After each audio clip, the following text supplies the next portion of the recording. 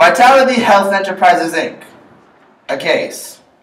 Vitality Health Enterprises, Inc. saw incredible growth and strong revenues for several quarters in a row. As this was happening, the managers also realized that there was a marked shift in company culture, as the chain of successes was allowing employees to relax, leading to a culture of ineffective performance management. They knew that to continue the levels of growth that they had recently been enjoying, they would have to implement more effective management controls and regain the driven company culture of days past. A quote from the case that really drives this idea home is, "Outer beauty can only be achieved as inner harmony is reached." This illustrates that to achieve the outer results they desire, Vitality will have to achieve harmony with its employees. The main way that they can do this is by management controls. Now that we're under more control, we can continue. The changes to the management controls came in two main waves: the Performance Management Evaluation Team, PMET, and then PMET 2. However, these management controls were both on either end of the spectrum, and to have a truly effective system, Vitality must find a solid middle ground.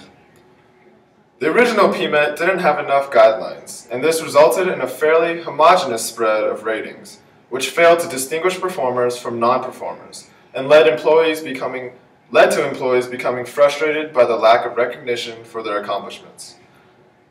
This even led to employees leaving their jobs for brighter prospects.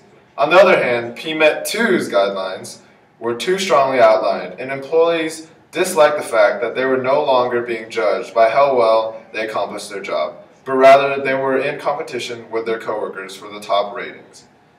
However, PMET 2 was a step in the right direction and led to a better distribution of ratings than the first PMET. So, on to our recommendations. One recommendation would be to optimize teams within the company, and would be to shuffle the teams around every 6 months. If a group truly feels that the group is the most effective with the current members, they can request to remain in the same group. The group does not have to decide together on whether or not to stay, but rather each member can choose whether or not to leave. Eventually, most, if not all, the teams will be in their optimal group. This will create a shift in the culture by removing any member that does not fit in any sort of group, resulting in a homogeneous organization with a winning culture. The percent increase in basic pay will be correlated with two factors: team and individual performance. This will incentivize employees to not only work for their own good, but for the overall good of the team. This will increase collaboration across the organization. This will also incentivize the groups to choose whether to leave the group or stay in order to create the optimal group. Employees will enjoy working if they are in an optimal group and earning more money. Along with increased pay based off of team and individual performance, the percentage increase should also differ within the hierarchy of the organization. This should reduce the turnover of high-performing scientists and give scientists a higher minimum increment when compared to line staff.